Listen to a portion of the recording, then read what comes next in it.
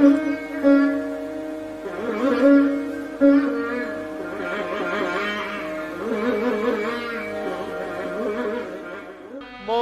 धर्मान विभागशः स्त्री धर्मान भगवत धर्मान समास व्यास योगता। दान धर्मान, दान धर्म का बखान किया, दान धर्म की शिक्षा दी। राजा को सदैव दानी होना चाहिए, पराक्रमी के साथ में दानी होना जरूरी है। केवल राज्य को बढ़ाएं, राज्य कोष बढ़ाएं, ये ठीक नहीं है। जिस प्रकार से कुएं का जल रिसाइकल होता है ना, उस प्रकार से धन का भी रिसाइकल होना चाहिए, उसका शोधन होना चाहिए, उसमें निखार आएगा। नहीं तो देखिए, धन की 3 गति हैं, दान, भोग और नाश। सदगति कर लो, अच्छे कार्यों में खर्च करो, या भोग कर लो, खुद के ऊपर ही भोग कर लो, उसका उपयोग कर लो। अगर ये दोनों भी नहीं करोगे, गाड़ के भूल जाओगे, फिर क्या है, नाश ही होना है। वैसे भी बगैर पुण्य कर्म किए लक्ष्मी 3 पीढ़ी से ज्यादा टिकती नहीं है, 4थी पीढ़ी में ऑटोमेटिक नष्ट हो जाती है। इसलिए जिस प्रकार से कुएं में से जल निकालते रहना चाहिए, उस प्रकार से धन को भी रोटेट करते रहना चाहिए। लेकिन पात्रम दीयते दानम, जहां आवश्यकता हो वहां दान दें, जहां देना चाहिए, आवश्यकता हो, बहुत ज्यादा उपयोगिता जहां सिद्ध हो, वहां ही दान देना चाहिए। मैंने कल बताया था ना, करोड़पति को बुला करके दान दे दिया, 100 करोड़ में 1 लाख 2 लाख आपके पड़े रहेंगे। भूखे को भोजन कराए, जो भी आपके समझ में आए, आपकी आत्मा कहे, उस प्रकार से करें। दूसरा बताया राजधर्मान, राजा के क्या क्या कर्म हैं। राजा को पाप नहीं करना चाहिए, कुपथ पर नहीं जाना चाहिए, और पाप होते हुए भी नहीं देखना चाहिए। स्त्री धर्म को बताया, भगवत धर्म को बताया, सबके विभाग से क्रम से बताया। लेकिन जब राजधर्म का बखान कर रहे थे, राजधर्म की शिक्षा दे रहे थे, द्रौपदी खड़ी हैं, उनको हंसी आ गई, परिहासवश हंसी आ गई।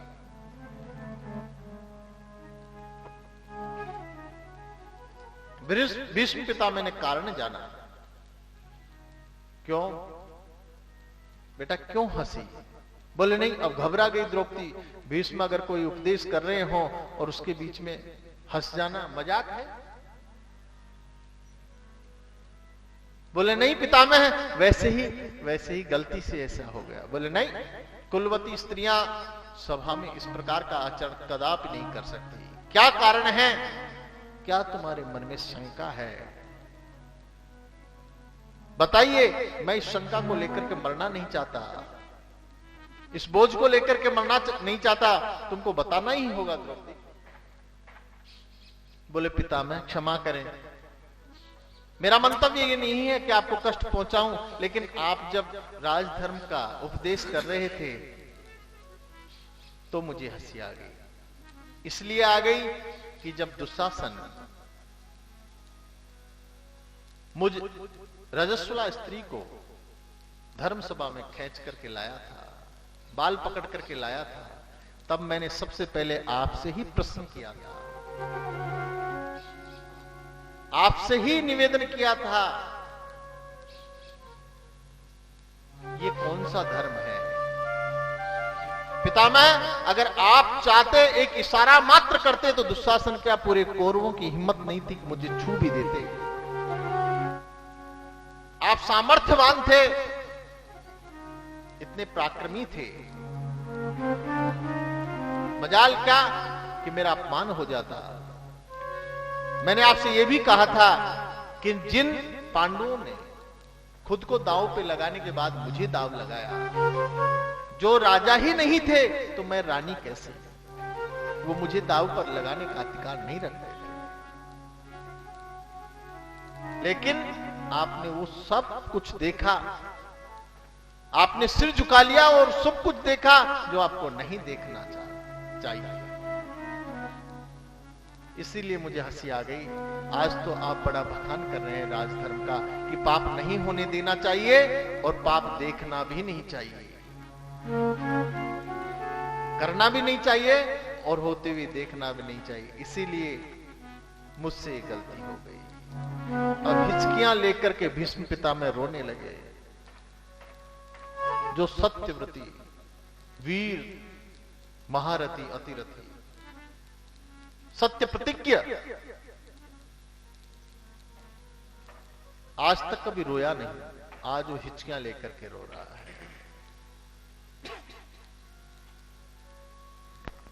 पर द्रौपदी, क्या तुम जानती हो, आज 54 दिन से 2000 बिच्छू एक बार एक साथ डंक मारे, उतना दर्द सहन कर रहा हूं अहरनिश। मुझे इंद्र तक मार नहीं सकता, मुझे इच्छा मृत्यु का वरदान है। अर्जुन बेचारा क्या मुझे बाण लगा सकता है? ये मैं स्वयं की मर्जी से इस अवस्था में हूं। इच्छा मृत्यु का वरदान प्राप्त है, लेकिन इसी के कारण मैं आज इस अवस्था में इस अवस्था को 54 दिन से भोग रहा हूं। और आज मैं उपदेश इसलिए कर रहा हूं कि जो दूषित अन्न खाया था, उससे जो रक्त बना था, वो आज सब बह करके निकल चुका है। आज मेरी बुद्धि निर्मल है, सत्व है, कलुषित नहीं है। जब कृष्ण आए थे तब मैंने पूछा था इनसे कि 124 जन्मों की मुझे याद है, किस जन्म में मैंने ऐसा पाप किया जो मुझे ये सरसैया मिली। कृष्ण ने ही मुझे कहा था कि पाप नहीं किया, लेकिन पाप होते हुए देखा, इसलिए ये मिला। मैं उपदेश इसलिए कर रहा हूं कि आज मेरी बुद्धि निर्मल है। भीष्म पितामह ने नाना प्रकार से राजधर्म सिखाया, स्त्री धर्म सिखाया, दान धर्म सिखाया, आध्यात्म धर्म सिखाया। फिर सावधान होकर के भगवान के मन ही मन भगवान के चरणों में प्रणाम करते हुए बोले कि अब कोई प्रश्न नहीं करेगा। मैं मेरे कन्हैया से 2 बातें करना चाहता हूं। मन ही मन बातें हो रही हैं, मांगो। क्या मांगना है? बोले मांगना क्या है, सब कुछ तो दिया था, अभी तो एक ही मांगना है। क्या? किम इति मतिरुपकल्पिता वितृष्णा भगवती सात्वत पुंगवे भ्रुमुनि स्वसुखमुपगते क्वचिद विहर्तुम प्रकृतिमुपेयुषि यद्भव प्रवाह। मेरी जो ये पुत्री है, ये आपको समर्पित हो जाए, आप में रत हो जाए, आप में समा जाए। पांडव सोचते हैं ये तो बाल ब्रह्मचारी थे, नैष्टिक ब्रह्मचारी थे, पुत्री कहां से आ गई? जो बुद्धि रूपी मेरी पुत्री है, ये आप में समाहित हो जाए, इसमें चिंतन केवल आपका बस जाए।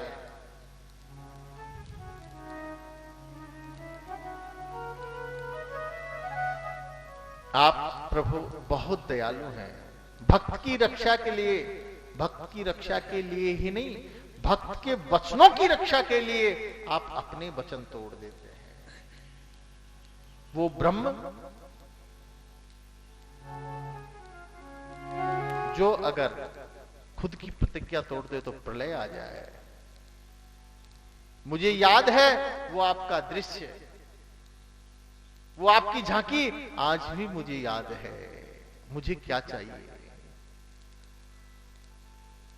जब मैंने प्रतिज्ञा कर ली थी, आज जो हरहीन शस्त्र गहाऊं, तो लाजो जननी मैं शांतन सुत न कहाऊं। गंगा जननी को लाग जाऊंगा मैं आज, अगर आपसे शस्त्र नहीं गहाऊंगा। युद्ध में मेरी इस प्रतिज्ञा को सार्थक करने के लिए आपने अपनी प्रतिज्ञा तोड़ दी।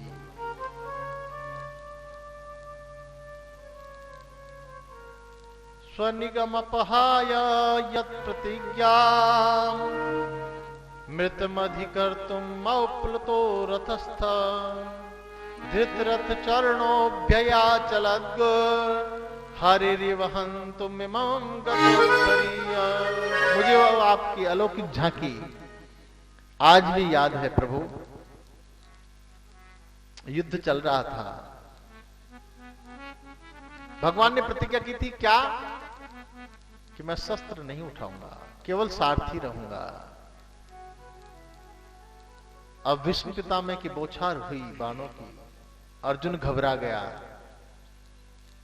कृष्ण ने कहा अर्जुन कुछ करो, आप तो गांडीव धनुर्धारी हो, धनुर्धर हो, कुछ करके दिखाओ, जवाब दो। बोले प्रभु मेरे बस की बातें नहीं चलती है। दो चार कृष्ण के चरणों में भी आकर के लग गए बाण। बोले कुछ तो करो। बोले सब कुछ टूट चुका, अब क्या करूंगा प्रभु, अब तो जो कुछ करना है आप ही करेंगे। इसी का तो नाम भगवान है, जो सर्वसमर्थ है। कर्तुम अकर्तुम अन्यथा कर्तुम शक्नोति स एव ईश्वर।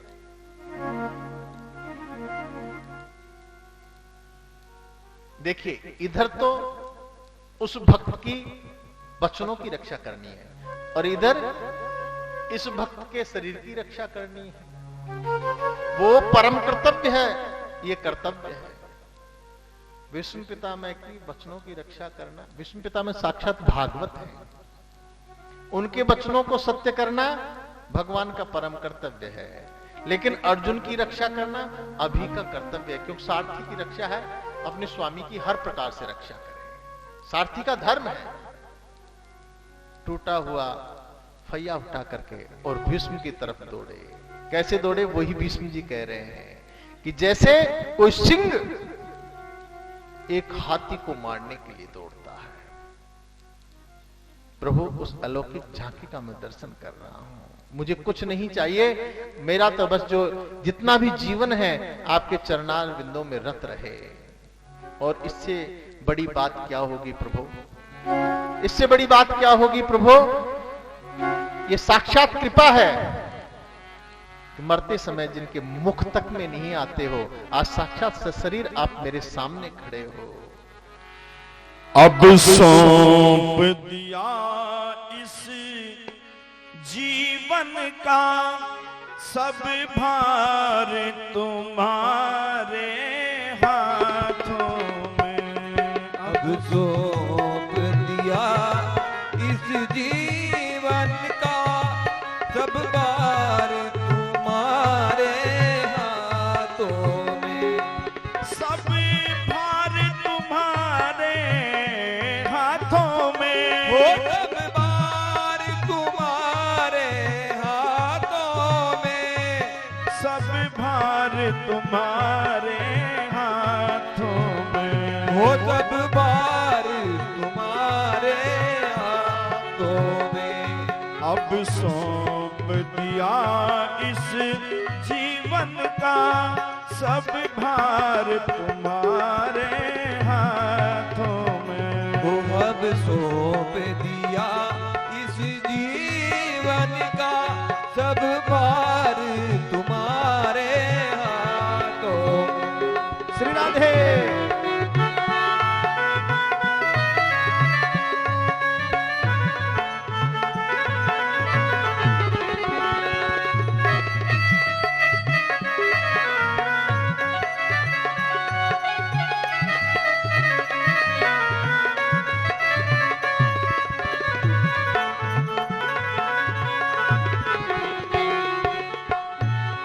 मेरा निश्चय बस अब एक यही। वो मेरा निश्चय बस अब एक यही, एक बार तुम्हें पा जाऊं मैं, वो एक बार तुम्हें पा जाऊं मैं। अर्पण कर दूं दुनिया भर का, अर्पण कर दूं दुनिया भर का, सब प्यार तुम्हारे हाथों में, वो सब प्यार तुम्हारे हाथों में। श्री राधे।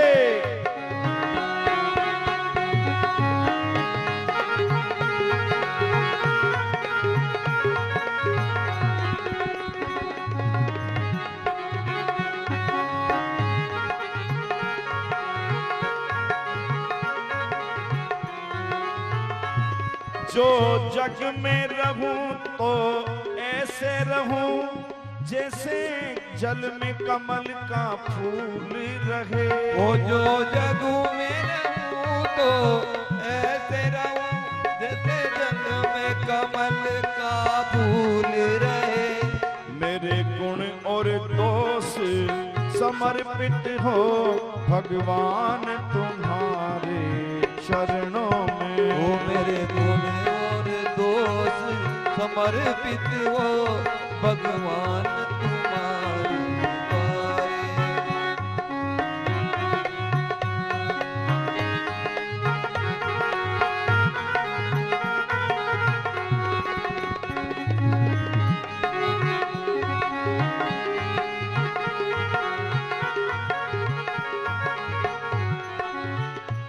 जब जब संसार का कैदी बनूं, निष्काम भाव से कर्म करूं। जब जब संसार का कैदी बनूं, निष्काम भाव से कर्म करूं। फिर अंत समय में प्राण तजूं निराकार तुम्हारे हाथों में। अब सौंप दिया इस जीवन का सब भार तुम्हारे हाथों में। श्री राधे।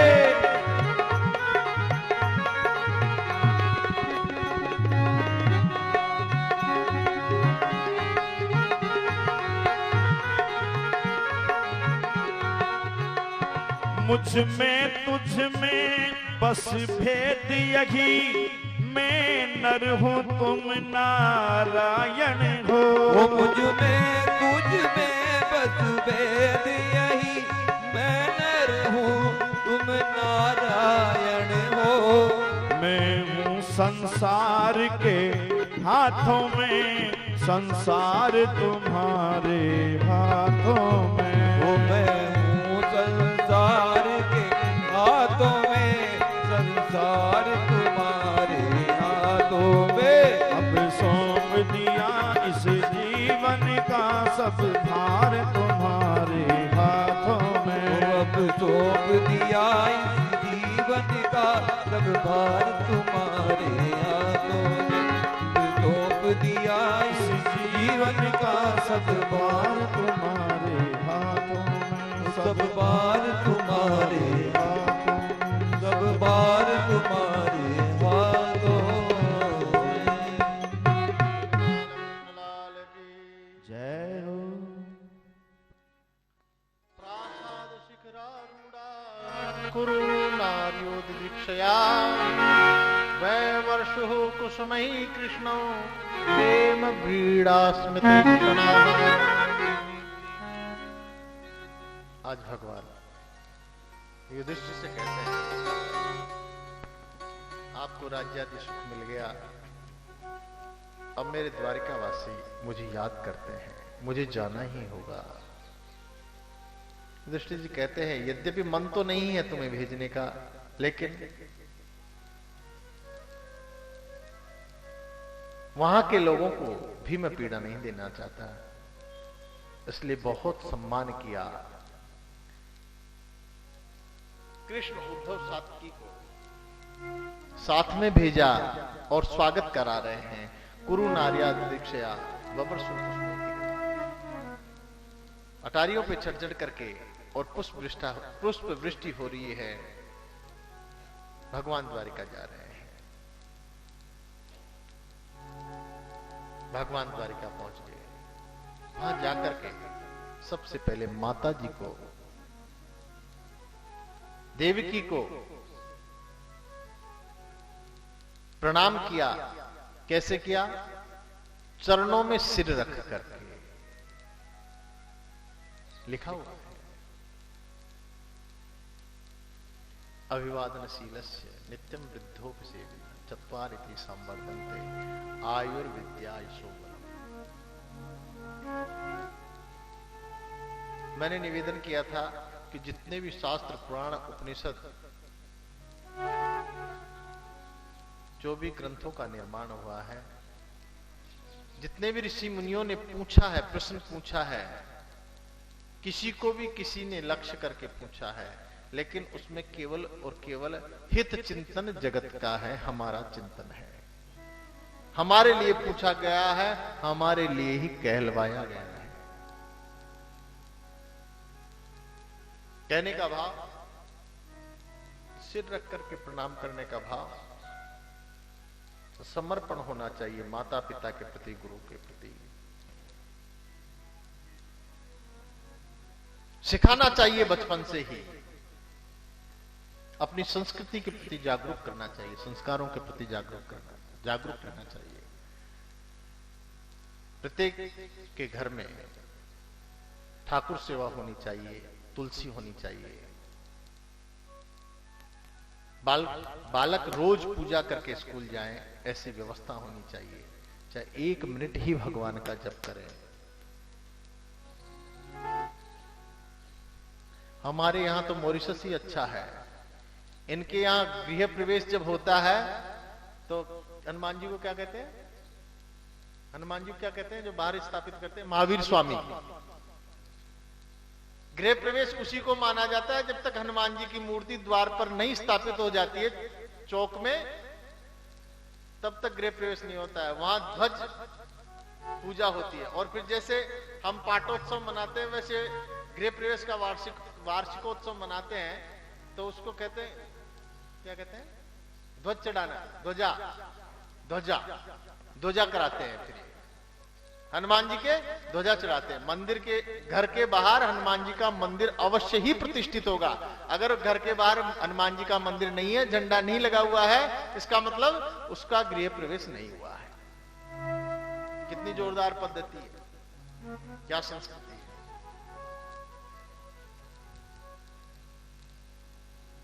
हमें हमारे संस्कारों से अवगत होना चाहिए, संस्कृति से अवगत होना चाहिए और उसको आचरण में लाना चाहिए। बोले बाल कृष्ण लाल की जय हो। अच्छा, आप कितनी शिक्षा देंगे, क्या क्या शिक्षा देंगे? कोई बात नहीं, छोटा रहता है बच्चा जब तो आपके पास रहता है, लेकिन बड़ा होने के बाद बाहर रहेगा, फिर कहां लगाम रखोगे? क्या क्या सिखाओगे? कब तक सिखाओगे? आप केवल और केवल एक बात सिखा दो उसको। सिखा क्या दो? उतार दो उसके जीवन में कि बेटा ये जप करना ही करना है। ये जप रूपी दवा तेरे जीवन में काम आएगी, इसलिए तुझे करना ही करना है। बचपन में तो क्या चाबी घूम जाती है, लेकिन जब पुरानी हो जाता है ना, ताला पुराना हो जाता है, जंग खा जाता है, फिर कितनी चाबी घुमाओ घूमती नहीं, चाबी टूट जाती है, ताला खुलता ही नहीं है।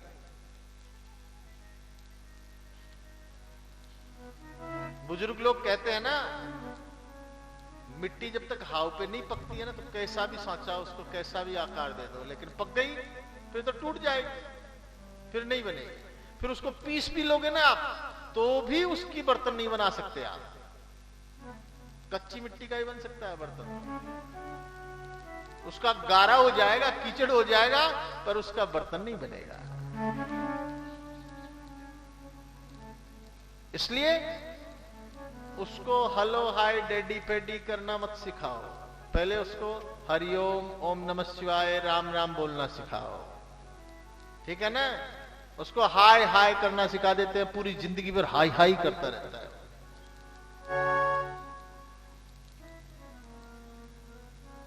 समझ रहे हैं? उसको राम नाम लेना सिखाओ, उसके कान में कहो, बोलो राम राम, ओम नमः शिवाय। जो भी आपको जिस भगवान से प्रेम है उसका नाम सिखा दो। थोड़ा सा बड़ा हो जाए उसको स्कूल तो बाद में भेजो, पहले खुद क्लास ले उसकी। उसको कहो बेटा सुबह शाम बैठा कर 1-1 मिनट 2-2 मिनट, तो उसके घुटने भी मुड़ेंगे नहीं, वो बचपन में ही बूढ़ा हो जाएगा, बैठा ही नहीं जाता है, पालती मार करके बैठा ही नहीं जाता है। वृद्धावस्था में तो सभी के होता है, पर यहां तो बचपन में ही हो जाता है, बाल्यावस्था में ही शुरू हो जाता है। ऐसे संस्कार दें, ऐसी शिक्षा दें जो आजीवन दवा का काम करे। आप सदैव उनके साथ नहीं रह सकते, इसलिए केवल राम नाम की जो बूटी है ना, वो उसको पिला दो बचपन से, उसका नियम बना दो, वो अपने आप सुधर जाएगा, सीख जाएगा, उसका मार्ग अपने आप प्रशस्त हो जाएगा। अगर ये भूल कर दी तो ये भूल कभी सुधर नहीं सकती। जितना जल्दी इसको अपनाओगे उतना ही जल्दी फायदा ये दवा करती है। बोले बाल कृष्ण लाल की जय हो। अब जिसकी गर्भ में रक्षा की थी कृष्ण ने, उसका प्रादुर्भाव हो गया, लेकिन ये इस ब्रह्मा जी की सृष्टि का विचित्र बालक है। कैसे? जैसे ही जन्म लिया और पालती मार करके बैठ गया, और बैठ करके क्या करता है? चारों तरफ देखता है, परिता ईक्षिता, चारों तरफ देखता है। अब युधिष्ठिर जी को चिंता लग गई, बाबा है, पर बाबा को बुलाया, व्यास जी को। व्यास जी भी तो इन्हीं के खानदान के हैं। खानदान से मतलब इनके पर बाबा हैं, वो भी गुरु तो हैं ही, पर बाबा हैं, क्योंकि सत्यवती से ही तो वेदव्यास जी हुए हैं। बुलाया, बोले गुरुजी ये न तो बोलता है, न रोता है, न हंसता है, ये तो चारों तरफ एक टकटकी लगा करके देखता रहता है, ये क्या चक्कर है? आजकल की माताएं होती ना, तो पहले तो झाड़ पर कूद कर लेती, और फिर नहीं बस की पड़ती तो बोले फला बाबा के पास ले चलो, एक झाड़ा लगाएगा पूरा ठीक हो जाएगा। हंसने नहीं लगेगा तो रोने जरूर लग जाएगा।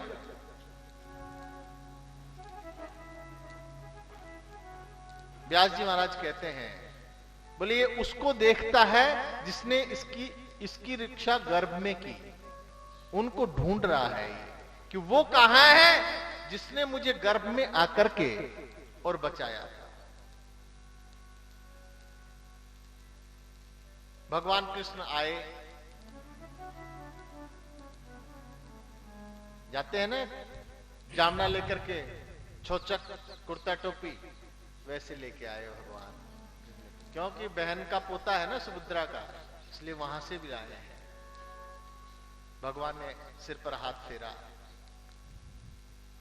विचित्र है ये, कोई संत मुनि तो तपस्या करता है फिर भगवान के दर्शन करता है, इसने पहले दर्शन किए गर्भ में, फिर बाहर आया। देखिए कथा सुनने वाला भी विचित्र और कथा कहने वाला भी विचित्र। कौन? सुखदेव जी। पहले एग्रीमेंट करवाया गर्भ में, कि आओ पहले एग्रीमेंट लिखो, हम तब बाहर आएंगे, नहीं तो नहीं आए। 12 वर्ष तक गर्भ नहीं रहे, बोले एग्रीमेंट लिखो कि माया नहीं घेरेगी तब तो हम आ जाए, नहीं तो कोई बात नहीं। गोविंद ने कहा तब वो बाहर आए। मतलब गर्भ में ही इतने परिपक्व हो गए, इतने लाडले हैं भगवान के। भगवान ने नाम रख दिया, नामकरण कर दिया परीक्षित।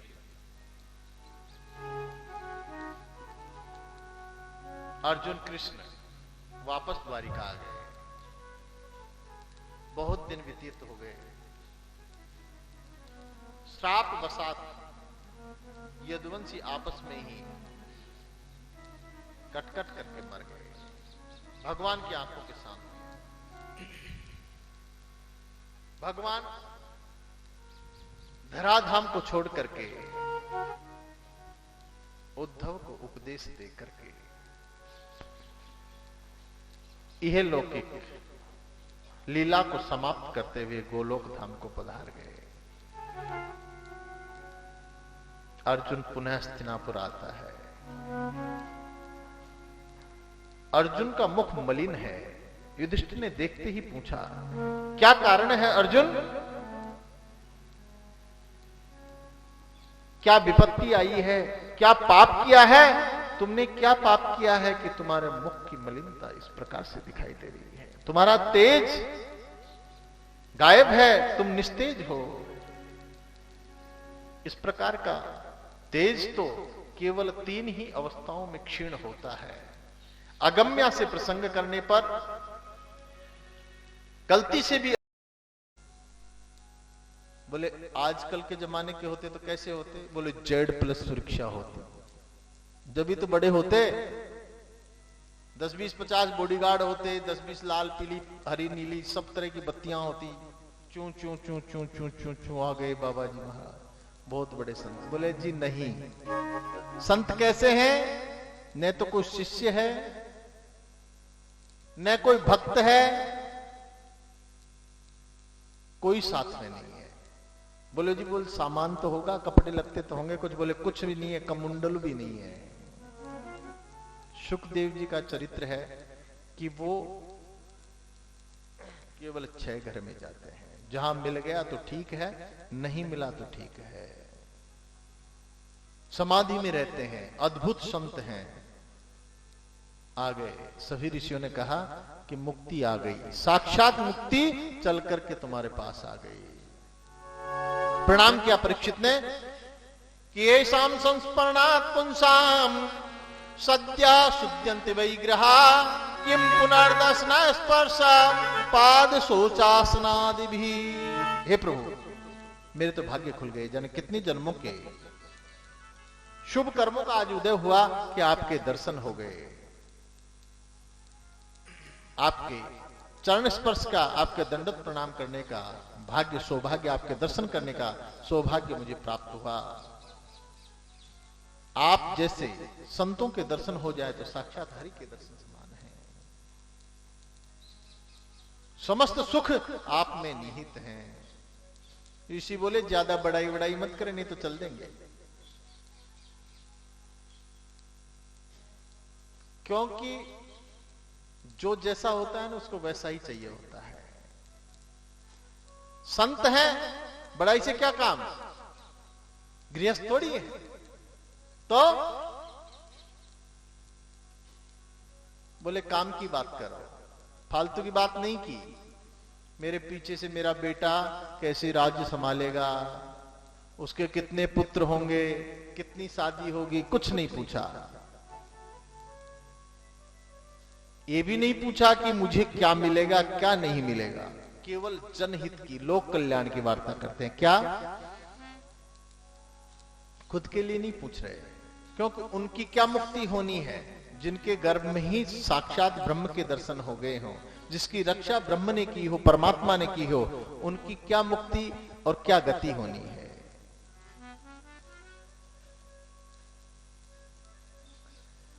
कि अतः पृच्छामि संसिद्धिम योगिनाम परमं गुरुम पुरुषस्य यत् कार्यं क्रियमाणस्य सर्वथा।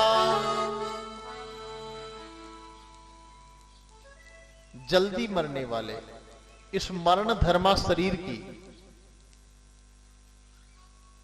मुक्ति कैसे हो? पुरुषस्य यत् कार्यं क्रियमाणस्य सर्वथा। जल्दी मरने वाले शरीर की मुक्ति का उपाय क्या है? संक्षिप्त में प्रश्न किया।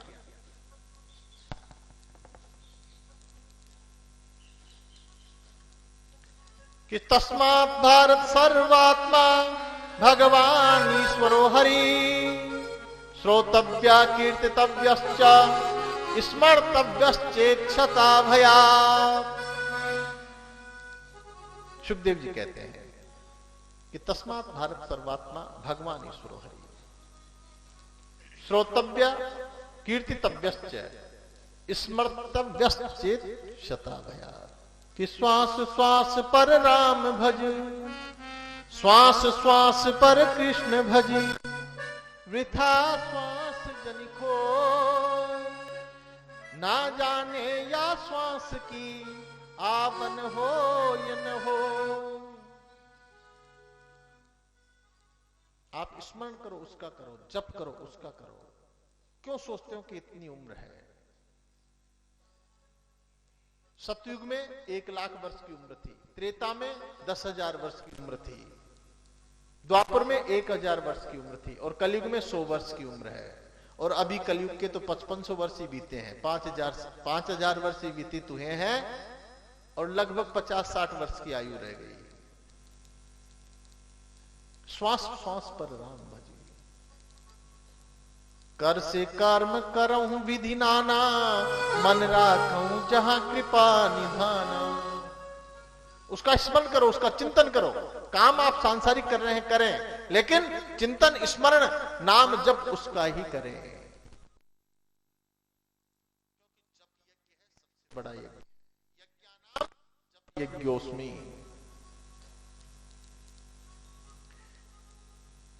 सुखदेव जी कहते हैं कि वो तो बात ठीक है। परीक्षित जी कहते हैं सुखदेव जी से कि प्रभु आप जो कहते हैं वो तो ठीक है, लेकिन ये मन तो लगता ही नहीं, मन तो वासनाओं में लगता है, संसार में लगता है,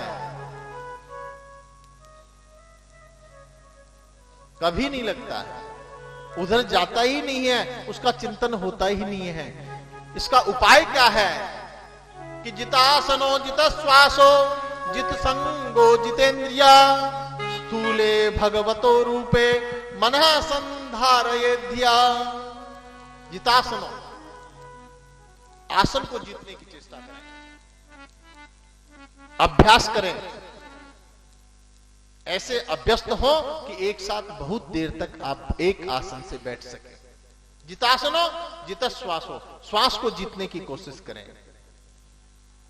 अष्टांग योग बताया, योगा प्राणायाम करें, अपने श्वास की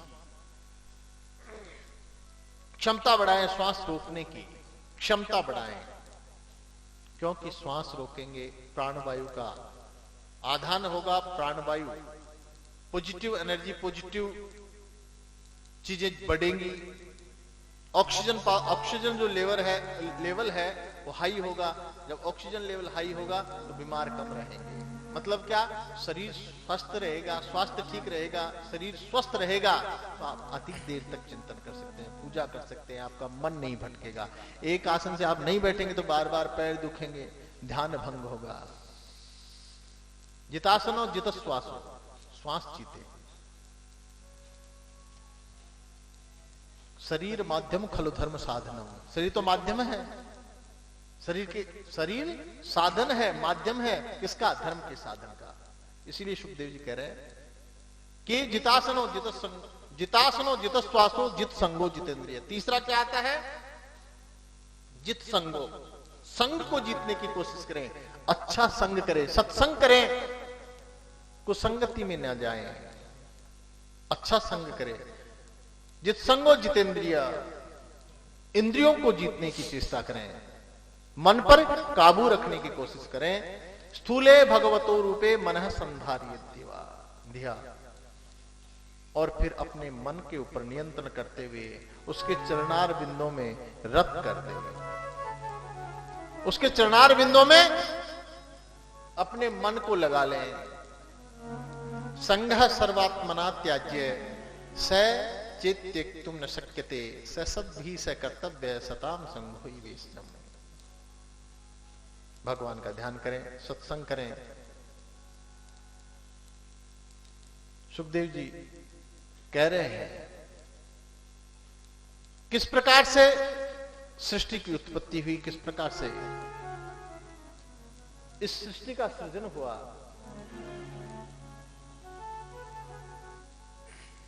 जब आदि अंत मध्य में केवल वही था, चारों तरफ केवल जल ही जल था।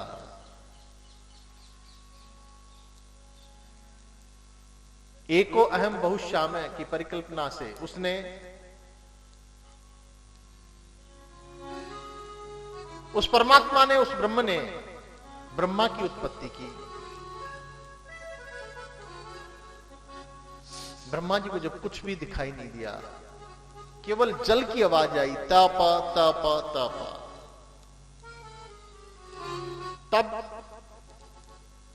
तप किया। ब्रह्मा जी ने बहुत वर्षों तक तप किया, तब आकाशवाणी सुनाई दी। फिर उन्होंने तप किया, भगवान के दर्शन हुए, उन्होंने सृष्टि की रचना करने का आदेश दिया। और ब्रह्मा जी ने प्रार्थना की, प्रभु ये आपकी माया है, इसको कोई नहीं जान पाया है। अगर मुझे अभिमान हो गया कि मैं ब्रह्मा हूं, मैं विधाता हूं, तो मेरी गति क्या? भगवान ने कहा, क्या ऊंट जब तक पहाड़ के नीचे नहीं जाता है ना, तब तक ही वो सोचता है कि मैं सबसे बड़ा हूं। जब पहाड़ के नीचे जाता है ना, तब उससे पता चलता है कि मेरे से बड़ी कोई वस्तु है।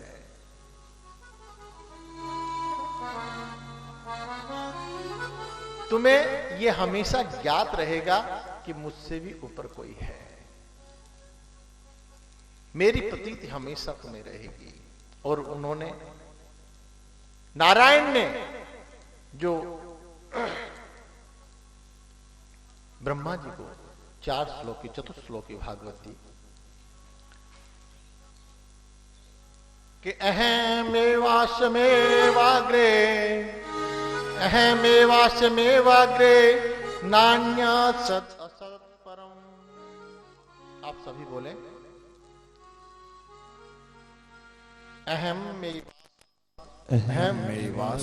मेवाग्रे नान्यत् सद् असत् परम पश्चात् अहम यदेतच्च सो अवशिष्येत सोऽस्म्यहम् ऋतेर्थे यत् प्रतीयेत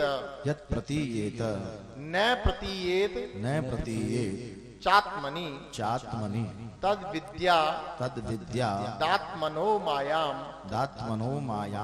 यथा भासो यथा तमः यथा महांति भूतानि भूतेषु चा वचेष्वनु प्रविष्टानि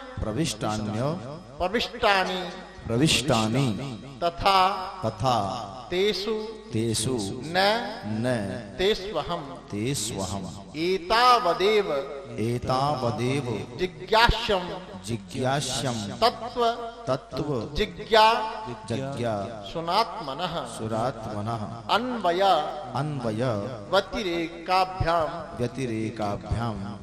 यत्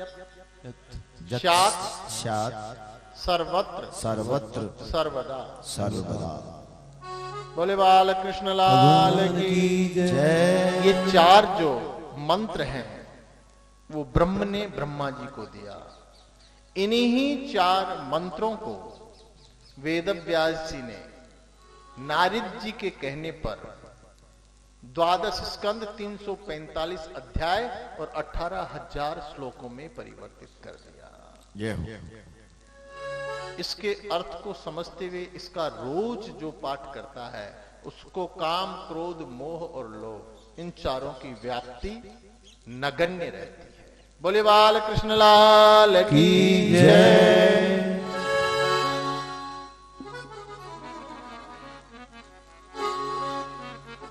आइए आरती के लिए सभी खड़े हो जाएं।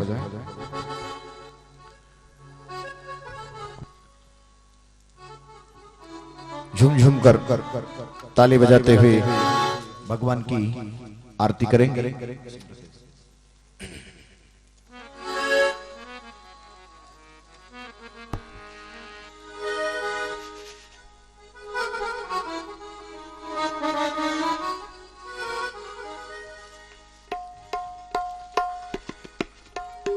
ओम ह्रीं ज्वाला मालिन्ये नमः।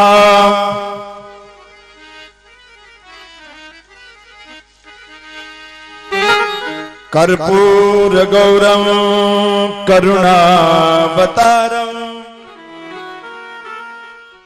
संसार सारं भुजगेन्द्रहारं सदा वसन्तं हृदयारविन्दे भवं भवानी सहितं नमामि। बाके बिहारी तेरी आरती गाऊं, बाके बिहारी तेरी आरती गाऊं, ओ रसिक बिहारी तेरी आरती गाऊं, ओ रसिक बिहारी तेरी आरती गाऊं, आरती गाऊं प्यारे आप को मनाऊं, ओ आरती गाऊं प्यारे आपको मनाऊं, हे गिरधर तेरी आरती गाऊं, ओ श्याम सुंदर तेरी आरती गाऊं।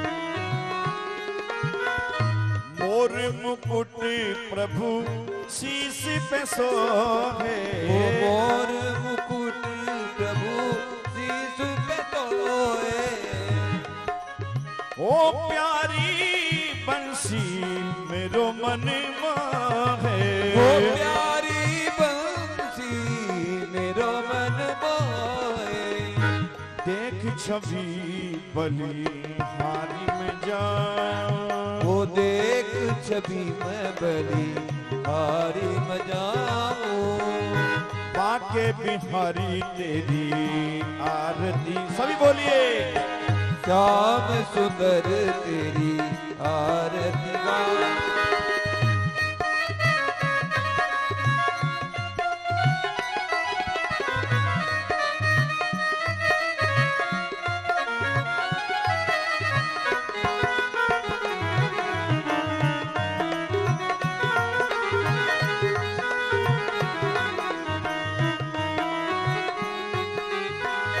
चरणों से निकली है गंगा प्यारी, वो चरणों से निकली है गंगा प्यारी, चरणों से निकली है गंगा प्यारी, वो चरणों से निकली है गंगा प्यारी, जिसने सारी दुनिया तारी, वो जिसने सारी दुनिया तारी, उन चरणों में शीश झुकाऊं, उन चरणों में मैं शीश झुकाऊं, बाके बिहारी तेरी आरती गाऊं, श्याम सुंदर तेरी आरती।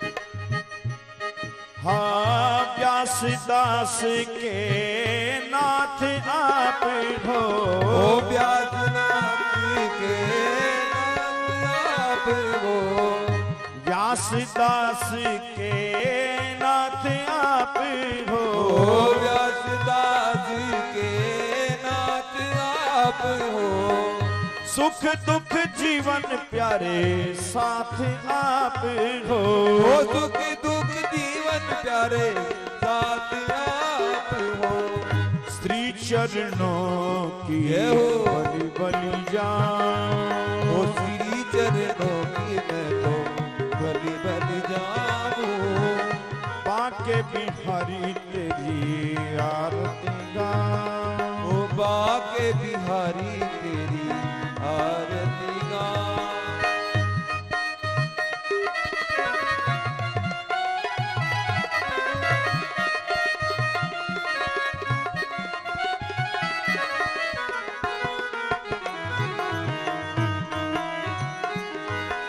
ओ चरण कमली की भक्ति दीजो।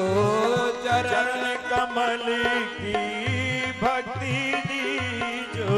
ओ सेवक जाने शरण में लीजो। ओ सेवक जान शरण में लीजो। ओ चरण छोड़ में अंत न जाऊं। चरण छोड़ में अंत न जाऊं। बाके बिहारी तेरी आरती गाऊं।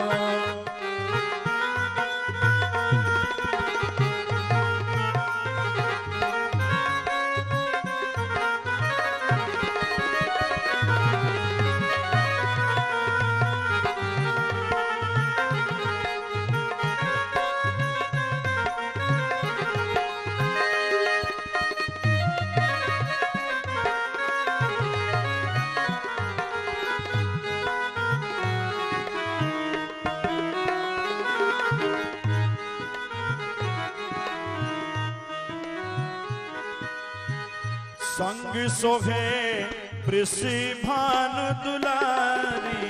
ओ संग सोवे वृषभानु दुलारी। संग सोहे वृषभानु दुलारी। ओ संग सोवे वृषभानु दुलारी। ललितादिक सब सखियां सारी। ओ ललिता आदि की सखियां सारी। वास सदा वृंदावन पाऊं। ओ वास सदा वृंदावन पाऊं। बाके बिहारी तेरी आरती गाऊं। श्याम सुंदर तेरी आरती गाऊं।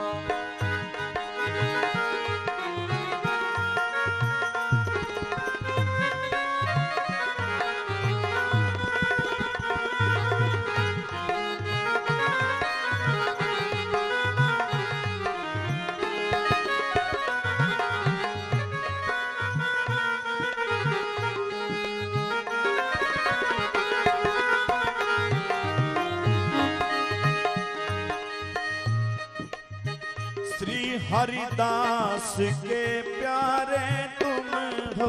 ओ श्री हरिदास के प्यारे तुम हो। मेरे मोहन जीवन धन हो।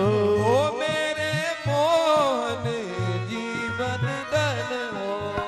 युगल छवि को मन में बसाऊं। युगल छवि को मैं मन में बसाऊं।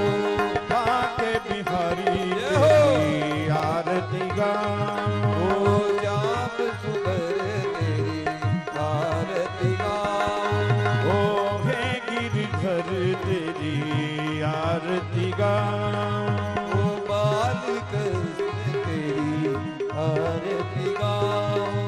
ओ रसिक बिहारी तेरी आरती गाऊं। कुंज बिहारी तेरी आरती गाऊं। ओम द्यौः शान्तिरन्तरिक्षगुं शान्तिः। पृथिवी शान्तिरापः शान्तिरोषधयः। शान्तिः वनस्पतयः। शान्तिर्वे देवाः। शान्तिर्ब्रह्म शान्तिः। सर्वगुण शान्तिः। शान्ति